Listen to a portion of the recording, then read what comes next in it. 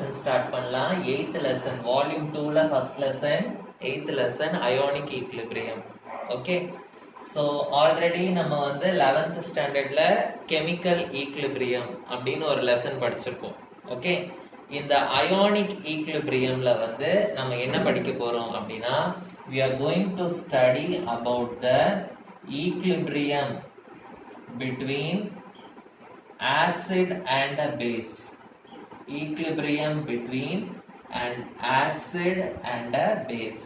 So ஒரு ஆசிடுக்கும் பேஸுக்கும் நடுவில் equilibrium எப்படி இருக்கும் அதுதான் வந்து நம்ம வந்து பார்க்க போறோம். ஓகே, ஸோ எக்ஸாம்பிள் பார்த்தீங்கன்னா நம்ம பாடியில நடக்கிற ஒரு ஈக்லிபிரியம். ஓகே, ஸோ நம்ம பாடியில நடக்கிற ஒரு ஈக்லிபிரியம் வந்து எக்ஸாம்பிளா எடுத்துக்கலாம். H2CO3. H2CO3 அப்படின்றது வந்து கார்போனிக் ஆசிட்.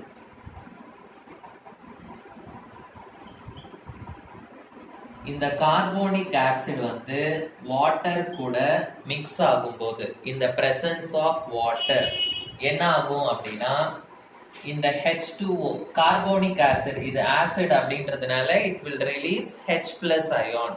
ஸோ இந்த கார்போனிக் ஆசிட் வந்து எப்படி பிரியும் அப்படின்னா H+ அப்படின்னு பிரியும், HCO3- அப்படின்னு பிரியும்.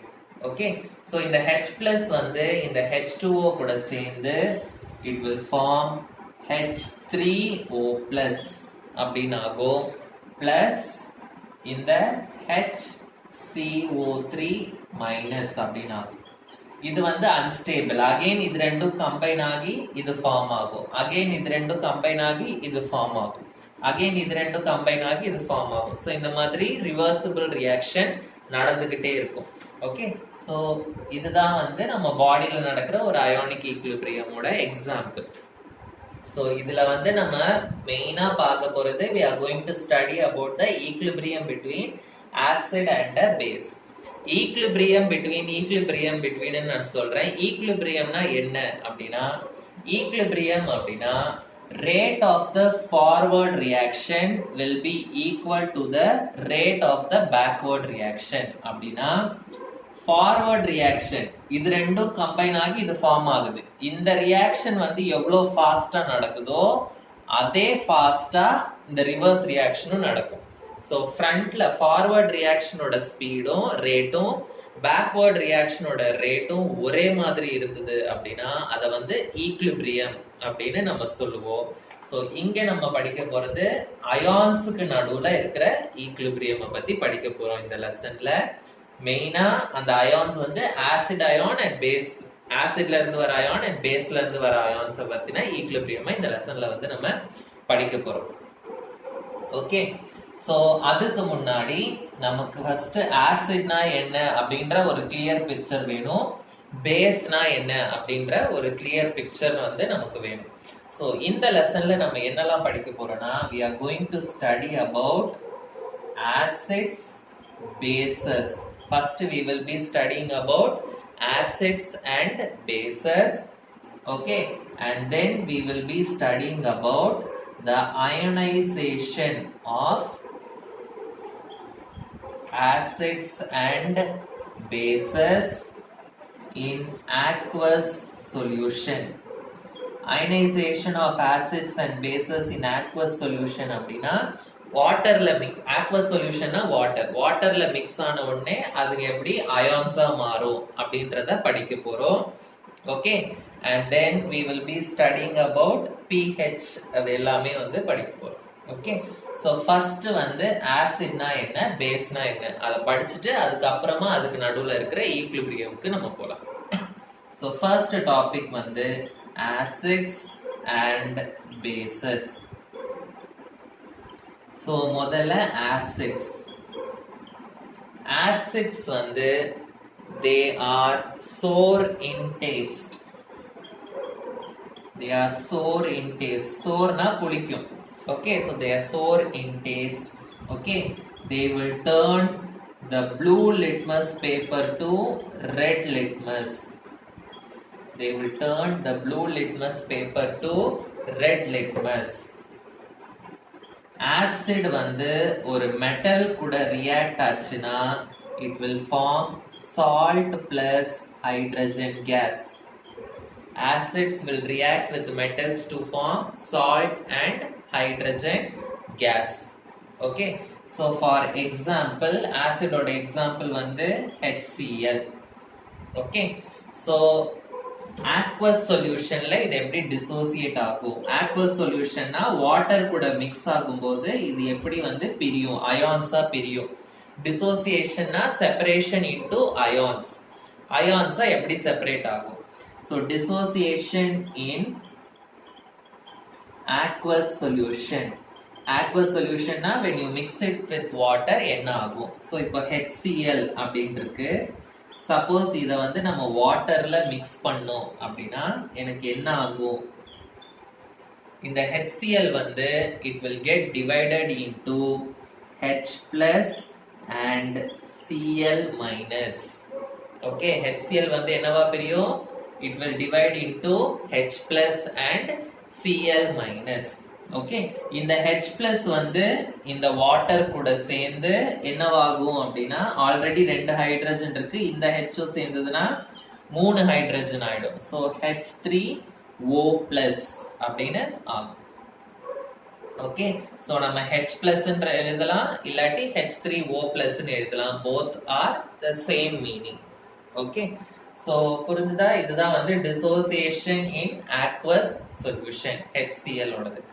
அதே மாதிரி ஒரு பேஸோட dissociation எப்படின்னு பார்க்கலாம். சோ acids வந்து dissociate ஆனா it will give H plus ions, இல்லாட்டி aqueous solutionன்றதுனால அந்த வாட்டர் கூட சேர்ந்து it will be in the form of H3O plus ion. ரெண்டுமே வந்து சேம். சப்போஸ் பேஸ் எடுத்துக்கிட்டோம் அப்படின்னா சோ பேசஸ்னா என்னன்னு பார்க்கலாம். acids வந்து they are sour in taste, bases வந்து they are bitter in taste. bitterனா கசப்பு தன்மையா இருக்கும். okay, and they are soapy to touch. they are soapy to touch. okay, so bases வந்து will turn red litmus paper to blue. red litmus paper to blue.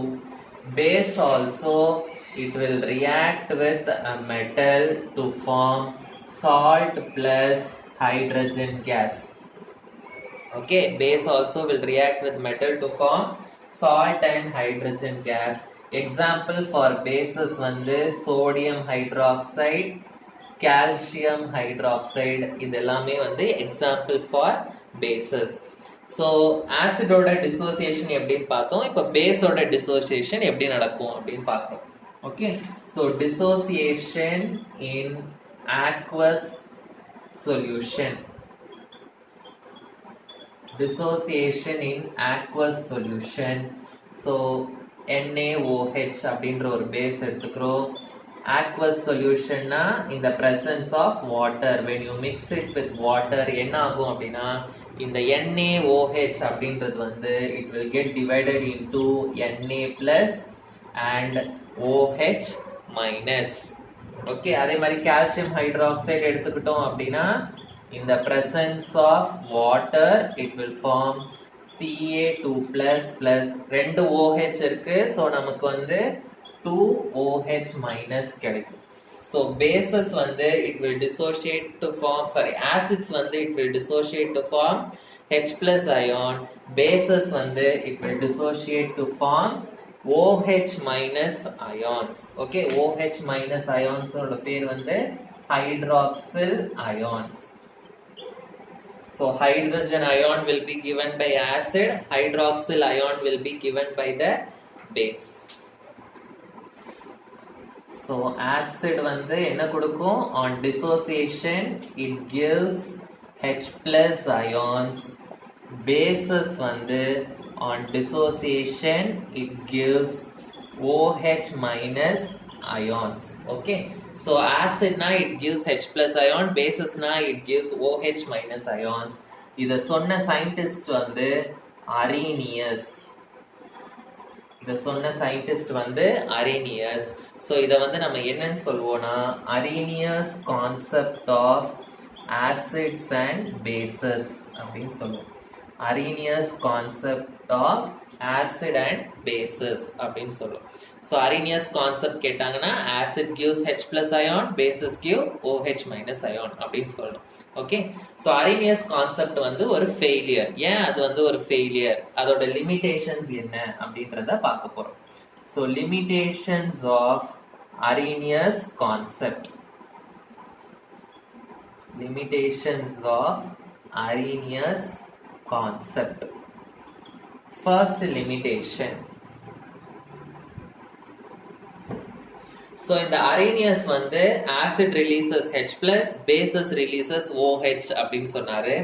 ஆனா இது வந்து எல்லாமே அவர் வந்து என்ன சொன்னார்னா in aqueous solution, in aqueous solution அப்படின்னு சொன்னார்.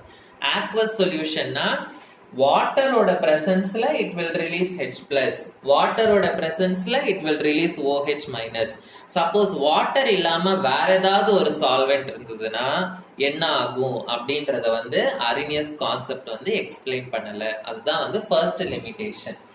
So it did not explain the behaviour of acid and bases. It did not explain the behavior of acids and bases in non-aqueous solvents.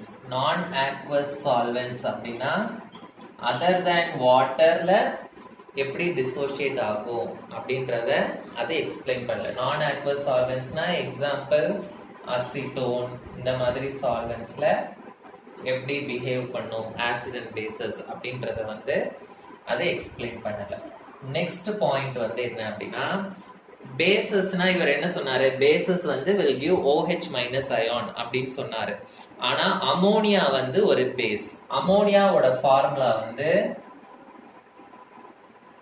NH3. ஆனா ammonia வந்து is a base. So அமோனியால OH இல்ல, அது எப்படி பேஸா behave பண்ணுது அப்படின்றத வந்து இவரால எக்ஸ்பிளைன் பண்ண முடியல. Okay, so ammonia is a base without hydroxyl group. Ammonia is a base without hydroxyl group. Hydroxyl குரூப்னா OH minus group. So it's basicity, okay, பேசிசிட்டினா it's basic nature cannot be explained. Its basicity cannot be explained. So இதுதான் வந்து limitations of Arrhenius concept. So உங்க புக்ல வந்து evaluate yourself அப்படின்னு கொடுத்திருக்காங்க ஒரு question. அதுல வந்து ஒரு 4 question கொடுத்திருக்காங்க. அந்த 4 questionல வந்து எதெல்லாம் acid எதெல்லாம் base அப்படின்னு கேக்குறாங்க. So first question வந்து என்னன்னா HNO3 கொடுத்திருக்காங்க. So we have to classify this as acid or base using Arrhenius concept. HNO3 வந்து என்ன எப்படி பிரியும் அதை காமிக்கணும் நீங்க. in the presence of water H plus NO3 minus அப்படின்னு பிரியும். H plus வரதுனால it is a acid according to Arrhenius concept. புரிஞ்சுதா? next வந்து BaOH twice. BaOH twice வந்து வாட்டரோட பிரசன்ஸ்ல என்ன ஃபார்ம் ஆகும்னா Ba2 plus 2 OH இருக்கிறதுனால 2OH minus. So it is a base. It is donating hydroxyl group. அதனால it is a base. Next வந்து H3PO4. H3PO4 வந்து phosphoric acid. Okay, so phosphoric acid வந்து it will also donate H plus ions. So it is also considered as an acid. And next வந்து acetic acid CH3COOH. இதுவும் வந்து it will donate H plus ion. இது எப்படி பிரியும்? CH3COO minus plus H plus அப்படின்னு பிரியும். H plus வரதுனால it is an acid. Phosphoric acid நீங்களே ட்ரை பண்ணுங்க எப்படி வரும் அப்படின்ட்டு. ஸோ Arrhenius கான்செப்ட் வந்து ஒரு ஃபெயிலியர் ஆனதுனால நெக்ஸ்ட் சயின்டிஸ்ட் வராரு. ஸோ அவர் வந்து கொடுத்த concept lorry Brønsted theory. Laurie Bronsted theory of acid and bases. So Arrhenius theory வந்து acid will donate H plus ion, base will donate OH minus ion. அதுதான் வந்து Arrhenius theory, but it is a failure. Next வந்து Laurie Bronsted theory. It is also called as proton theory. It is also called as proton theory. So Laurie and Bronsted theory பிரகாரம் ஆசிட்னா என்ன, பேஸ்னா என்ன அப்படின்றத பார்க்கலாம். So according to this theory, acid அப்படின்னா it is a substance that donates proton. It is a substance that donates proton. Okay. அதாவது proton donor அப்படின்னு சொல்லுவாங்க. Proton donorனா the substance that donates proton, it is called as an acid. Base அப்படின்னா it is a substance that accepts proton. It is a substance that accepts proton. அதாவது proton acceptor, it is called as a base. So proton donor is called acid, proton acceptor is called as a base.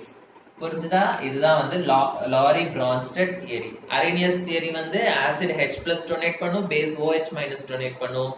According to this theory, acid is a proton donor, base is a proton acceptor. So இதுல வந்து நம்ம ரெண்டு examples பார்க்கலாம். So first example வந்து we will be taking HCl. So when HCl is dissolved in water, என்ன ஆகுது அப்படின்றத பார்க்கலாம். So HCl plus H2O என்ன ஆகும்? ஆல்ரெடி நம்ம படிச்சிருக்கோம். இந்த HCl வந்து எப்படி பிரியும்னா H plus and Cl minus அப்படின்னு பிரியும். So H plus வந்து இந்த H2O கூட சேர்ந்து ஆல்ரெடி ரெண்டு ஹைட்ரஜன் இருக்கு, இதுல இருந்து இந்த H plus வரும்போது எனக்கு H3O plus plus Cl minus அப்படின்னு கிடைக்கும். Okay, H3O plus plus Cl minus அப்படின்னு கிடைக்கும். ஸோ இதுல வந்து H plus அப்படின்றது வந்து புரோட்டான். இந்த H plus வந்து எது டொனேட் பண்ணுது? HCl டொனேட் பண்ணுது. HCl வந்து புரோட்டானை டொனேட் பண்றதுனால HCl வந்து it is considered as an acid here. இந்த H2O வந்து it is accepting that H plus. Okay, so it is considered as a base. So ஏன் இது considered as acid? Because it donates the proton. It donates proton. இந்த water வந்து ஏன் it considered as a base? ஏன்னா it accepts the proton. That is why it is considered as the base. Okay. Next, இப்போ HCl வச்சு explain பண்ணிட்டோம். இப்போ ammonia, இந்த Arrhenius தியரியில வந்து அமோனியா வந்து ஏன் பேஸ் அப்படின்றத அதை எக்ஸ்பிளைன் பண்ணல. ஸோ அதை வந்து இந்த தியரி எக்ஸ்பிளைன் பண்ணுச்சு. இப்போ நான் அமோனியாவை வந்து வாட்டர்ல டிசால்வ் பண்றேன். டிசால்வ் பண்ணா என்ன ஆகும் அப்படின்னா, வாட்டர் வந்து எப்படி பிரியும் அப்படின்னா, வாட்டர் வந்து it will divide as H plus and OH minus. கரெக்டா? ஸோ இந்த H plus வந்து it will be accepted by NH3. NH3 வந்து இந்த H plus அக்செப்ட் பண்ணிச்சுன்னா it will become NH4 plus அப்படின்னு ஆகும். பிளஸ் மீதி என்ன இருக்கு? OH minus அப்படின்னு இருக்கு. ஓகே, சோ இதுல வந்து எது வந்து புரோட்டான் கொடுக்குது? புரோட்டான்னா H plus. எது புரோட்டான் கொடுக்குது? H2O is giving the proton. So இது proton கொடுக்கிறதுனால it is acting as an acid. இது வந்து அந்த H plus அக்செப்ட் பண்ணுது. It is accepting the proton. So it is considered as a base. So here இது வந்து ஏன் acid அப்படின்னா it is a proton donor, and here why it is a base அப்படின்னா it is a proton acceptor. So HCl கூட இருக்கும்போது water is acting as a base, whereas ammonia கூட இருக்கும்போது water is acting as a acid. Okay, so இதுதான் வந்து proton theory or Laurie Bronsted theory. இப்போ நான் again இந்த first reaction நான் வந்து எடுத்துக்கிறேன். So HCl plus H2O gives H3O plus plus HCl minus இப்படின்னு இருக்கு. ஓகே, ஸோ இந்த HCl தான் வந்து இந்த HCl தான் வந்து it is donating the proton. So அதனால இந்த புரோட்டானை டொனேட் பண்றதுனால இது வந்து ஆசிட். ஓகே, அண்ட் இது வந்து புரோட்டானை அக்செப்ட் பண்ணுது. கரெக்டா? ஸோ இதுல இருந்து வர H பிளஸ் இது அக்செப்ட் பண்ணுது. அக்செப்ட் பண்றதுனால இது வந்து பேஸ். இது வந்து ஃபார்வர்ட் ரியாக்ஷன். இப்போ ரிவர்ஸ் ரியாக்ஷனை பாருங்க. ரிவர்ஸ் ரியாக்ஷன்னா இந்த சைட்ல இருந்து பாருங்க. இப்போ இந்த சைட்ல வந்து எது H பிளஸ் டொனேட் பண்ணும்? இதுதான் வந்து H பிளஸ் டொனேட் பண்ணும். இது H பிளஸ் டொனேட் பண்றதுனால it will be considered as a acid. Okay, இதுல இருந்து போற H பிளஸ் வந்து இந்த Cl கூட சேர்ந்து தான் எனக்கு HCl ஃபார்ம் ஆகும். ஸோ இந்த Cl வந்து it is accepting that H plus. So இது வந்து புரோட்டான் அக்செப்டார். ஸோ இது வந்து பேஸ். இது வந்து ரிவர்ஸ் ரியாக்ஷன். ஃபார்வர்ட் ரியாக்ஷன்ல இது ஆசிட், இது பேஸ். ரிவர்ஸ் சைட்ல பார்க்கும்போது இது புரோட்டான் கொடுக்கறதுனால இது ஆசிட், இது புரோட்டான் அக்செப்ட் பண்றதுனால இது வந்து பேஸ். ஓகேவா? ஸோ ஆசிட் இது ஆசிட், இது பேஸ், இது ஆசிட், இது பேஸ். ஓகே, ஸோ இப்போ நான் இந்த ஆசிட்ஸ்க்கு வந்து நேம்ஸ் கொடுக்க போறேன். ஓகே, ஸோ இந்த ஆசிட் 1 அப்படின்னு நான் கொடுக்க போறேன். இது வந்து ஆசிட் 2 அப்படின்னு நான் கொடுக்க போறேன். ஓகே, இந்த ஆசிட் 1 வந்து என்ன பண்ணுது? It is donating the proton. இதுல புரோட்டான் போனதுக்கு அப்புறம் எனக்கு என்ன கிடைக்கும்? புரோட்டான் போயிடுச்சுன்னா எனக்கு வெறும் Cl மைனஸ் மட்டும் கிடைக்கும். ஸோ இந்த ஆசிட்ல இருந்து தான் வந்து இந்த Cl மைனஸ் எனக்கு கிடைக்குது. So I am getting this base from this acid. So இந்த ஆசிட் 1ல இருந்து எனக்கு கிடைக்கிற பேஸை வந்து நான் பேஸ் 1 அப்படின்னு எழுதுறேன். புரியுதா? அண்ட் இந்த ஆசிட வந்து H பிளஸ் போயிடுச்சு அப்படின்னா இதுல இருந்து H பிளஸ் போயிடுச்சுன்னா என்ன ஆகும்? H2O ஆயிடும். ஸோ இது வந்து புரோட்டானை டொனேட் பண்ணுச்சுன்னா H2O இந்த பேஸ் கிடைக்கும். ஸோ இந்த ஆசிட்ல இருந்து எனக்கு கிடைக்கிற பேஸ் வந்து இது. ஸோ ஆசிட் 2ல இருந்து எனக்கு கிடைக்கிற பேஸை வந்து நான் பேஸ் 2 அப்படின்னு எழுதுறேன். ஆசிட் 1 பேஸ் 1, ஆசிட் 2 பேஸ் 2ன்னு எழுதாதீங்க, நல்லா யோசிச்சு எழுதுங்க. ஓகே, இந்த ஆசிட்ல இருந்து எனக்கு இது கிடைக்கிறதுனால இது ஆசிட் 1ல இருந்து I am getting this base 1. அதே மாதிரி இந்த ஆசிட் 2ல இருந்து I am getting this base 2. So the base which I am getting from the acid, it is called as the conjugate base. It is called as in a base conjugate base. Okay, so இந்த பேரை வந்து நான் என்னன்னு சொல்வேன் அப்படின்னா conjugate acid base pair அப்படின்னு சொல்வேன்.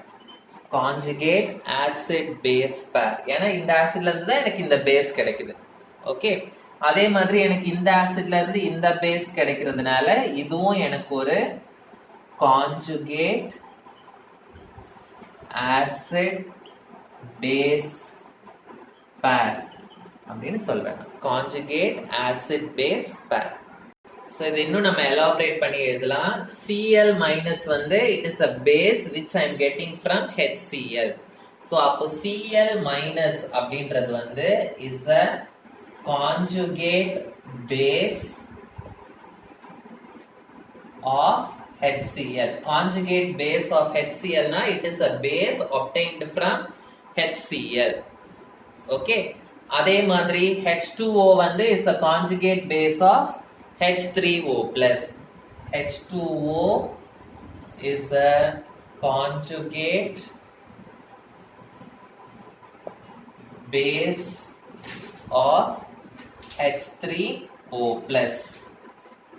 Okay, so இப்போ இந்த பேஸ் வந்து எந்த ஆசிட்ல இருந்து வருது? எனக்கு HCl ல இருந்து எனக்கு வருது. So நான் என்ன எழுதலாம்? HCl வந்து is a HCl வந்து எதோட ஆசிட்? Cl minus ஓட acid. So HCl is a conjugate acid of Cl minus அப்படின்னு எழுதலாம். அதே மாதிரி H3O plus அப்படின்றது வந்து இந்த பேஸோட ஆசிட்.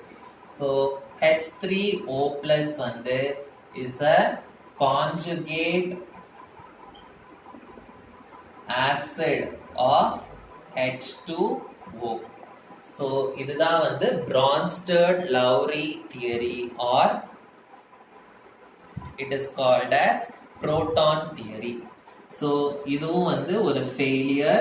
So இதோட limitation என்ன அப்படின்னா,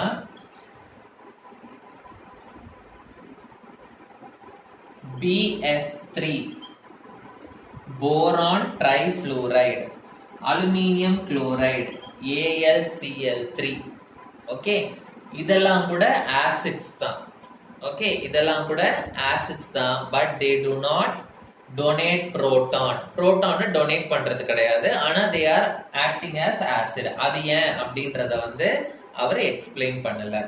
So substances like BF3 and AlCl3, they donate proton, but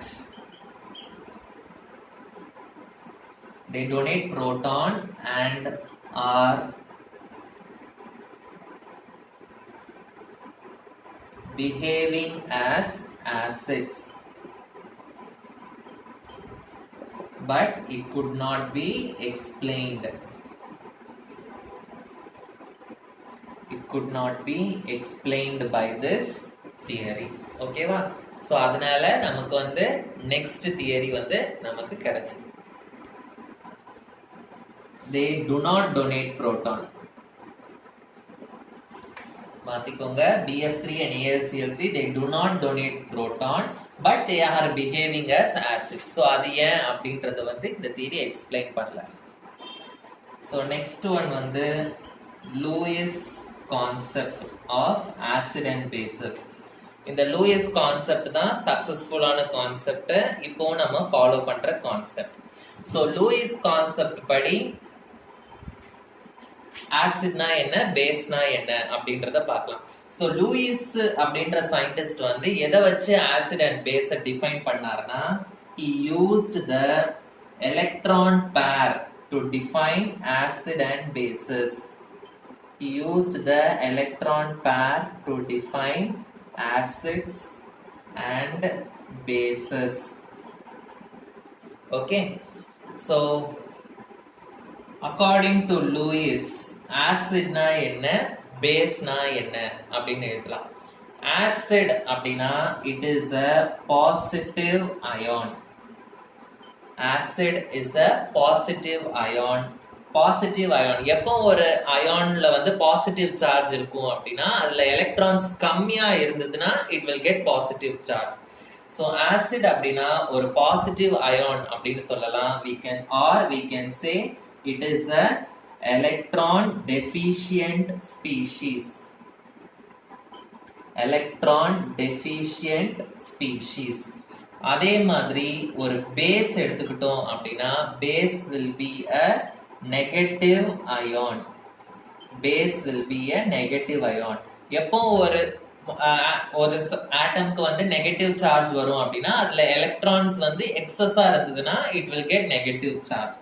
so negative ion இல்லாட்டி எலக்ட்ரான் ரிச் ஸ்பீஷீஸ். எலக்ட்ரான் ரிச்னா நிறைய எலக்ட்ரான்ஸ் இருக்கிற ஸ்பீஷீஸ், அதை வந்து நம்ம லூயிஸ் பேஸ் அப்படின்னு சொல்லுவோம். ஸோ லூயிஸ் ஆசிட்னா electron deficient species and Lewis பேஸ்னா electron rich species. Okay, so ஒரு ரியாக்ஷன் நம்ம வந்து எக்ஸாம்பிளா எடுத்துக்கலாம். Reaction between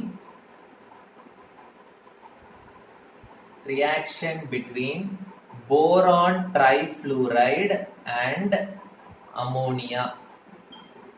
Reaction between boron trifluoride and ammonia. So boron trifluoride வந்து it is an acid. It does not donate proton, but it is an acid. அத வந்து இந்த theory explain பண்ணல, லாரி பிரான்ஸ்டட் தியரி. ஸோ அதை வந்து explain பண்ணாததை இந்த theory explain பண்ணிச்சு. அதை தான் நம்ம இப்போ எப்படின்னு பார்க்க போறோம். ஓகே, ஸோ BF3 இதுல வந்து போரானோட அட்டாமிக் நம்பர் வந்து 5. So 5 na it will be arranged as 1s2 2s2 2p1 இப்படின்னு அரேஞ்ச் ஆயிருக்கும். நைட்ரஜனோட அட்டாமிக் நம்பர் வந்து 7. It will be arranged as 1s2 2s2 2p3. Okay, 2p3 அப்படின்னு இருக்கும். ஸோ இதுல பாத்தீங்கன்னா போரான் நைட்ரஜன். ஸோ BF3 அப்படின்றது ஸ்ட்ரக்சர் எப்படி இருக்கும்னா it will be like this. B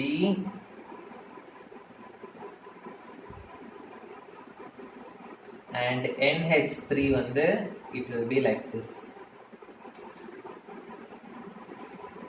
Okay, so in the NH3 வந்து it will have a lone pair of electrons.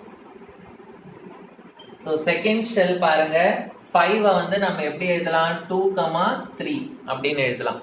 கரெக்டா? நைட்ரஜனை வந்து எப்படி எழுதலாம்? 2,5 அப்படின்னு எழுதலாம். ஓகே, சோ நைட்ரஜனுக்கு லாஸ்ட் ஷெல்லுல எத்தனை எலக்ட்ரான்ஸ் இருக்கு? 5 எலக்ட்ரான்ஸ் இருக்கு. லாஸ்ட் ஷெல்லுல எத்தனை எலக்ட்ரான்ஸ் இருக்கு? 5 எலக்ட்ரான்ஸ்.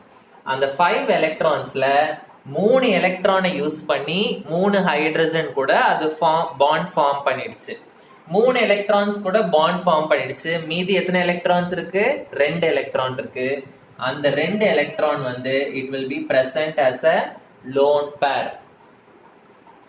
அண்ட் போரானுக்கு வந்து கடைசி ஷெல்லுல 3 எலக்ட்ரான் இருக்கு. அந்த 3 எலக்ட்ரானை வச்சு 3 ஃப்ளூரின் கூட ஆல்ரெடி அது பாண்ட் ஃபார்ம் பண்ணிடுச்சு. ஸோ அதுக்கு வந்து எந்த லோன் பேருமே வந்து இருக்காது. ஸோ இதுல வந்து எக்ஸ்ட்ராவா எந்த லோன் பேருமே இல்லை. ஸோ லோன் பேர் இல்லைன்னா அதுல வந்து என்ன அர்த்தம்? Electron deficient species. Electron deficient species, electron எக்ஸ்ட்ராவா இல்லை, எலக்ட்ரான் டெஃபிஷியண்டா இருக்கிறதுனால இது வந்து ஆசிட். இதுல வந்து எக்ஸ்ட்ராவா ஒரு லோன் பேர் எலக்ட்ரான் இருக்கு, எலக்ட்ரான் ரிச் ஸ்பீஷீஸ், அதனால இது வந்து ஒரு பேஸ். சோ இந்த அம்மோனியா என்ன பண்ணும்? இந்த 2 எலக்ட்ரானையும் போரானுக்கு கொடுத்து it will form a bond. Okay, so பாண்டுக்கு தேவையான 2 எலக்ட்ரானுமே ஒரே ஆட்டம்ல இருந்து வந்ததுன்னா அந்த பாண்டுக்கு பேர் வந்து coordinate கோவேலன்ட் bond.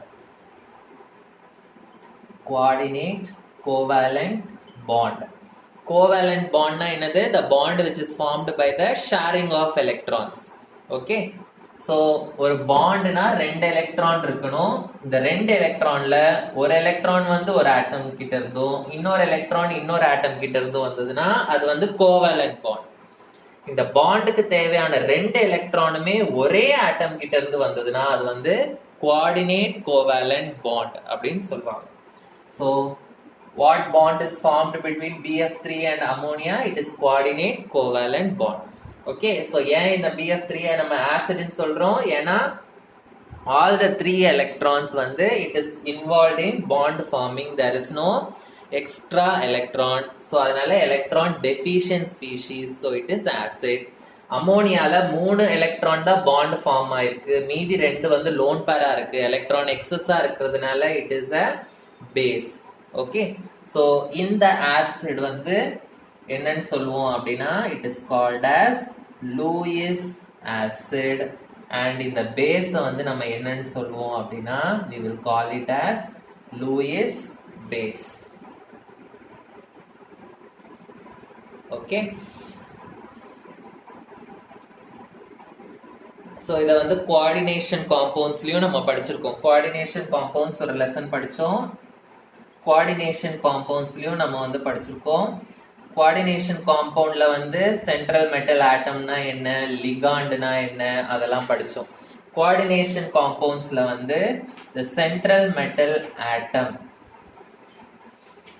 it acts as a Lewis acid, whereas the ligand வந்து it acts as a Lewis base. so இதுதான் வந்து Lewis concept of acid and bases.